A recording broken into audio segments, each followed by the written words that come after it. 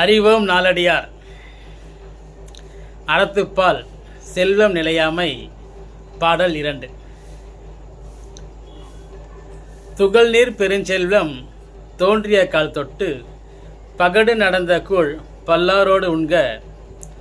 அகடுற யார் மாட்டும் நில்லாத செல்வம் சகடக்கால் போல வரும். இதன் விளக்கம் யாதெனில்,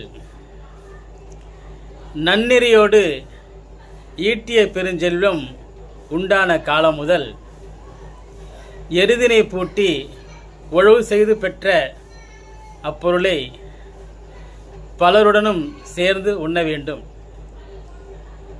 ஏனெனில் செல்வம் எவரிடத்தும்